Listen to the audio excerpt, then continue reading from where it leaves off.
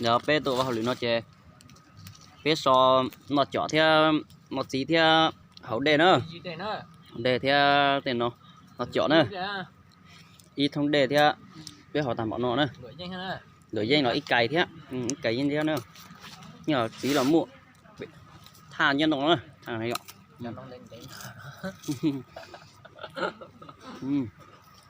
họ bé này nữa đứa trẻ nó ý là tầm một son đó nhưng chỉ có ít xe một son nữa rồi bên nó thang theo nữa thật to cỡ thằng rồi chữ mẹ nói vậy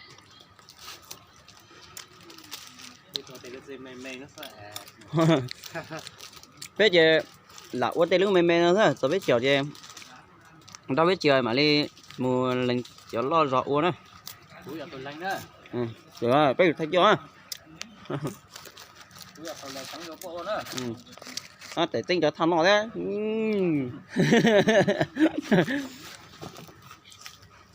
lúc nó bây giờ chậm rồi mày mẹ thế này nên có mấy vuông nữa đúng không hàng thế ô sáu tầng thế để chỉ tẩy đưa chỉ qua bạn mang cho được phá wifi này ạ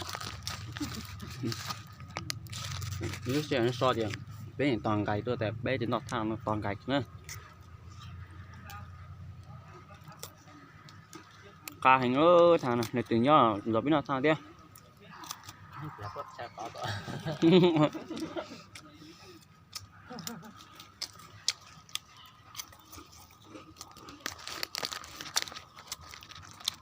bây giờ con hổ dân cái nữa cứ rồi con cái nữa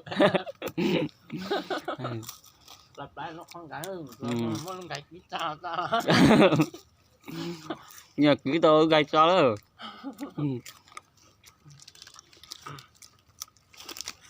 có tôi là cái tôi để tao biết là nó sẽ gì anh cạch tàng thì đó này bây giờ nó bốc 400 viên gạch cũng hết việc ăn ngày.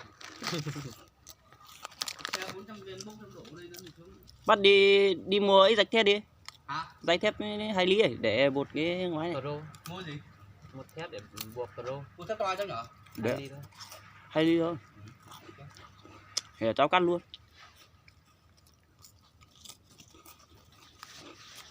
Kém hả? Vâng, đúng kém không? được. Kém tốt hơn sắt thì mình đúng không? Kém tốt hơn. Ok.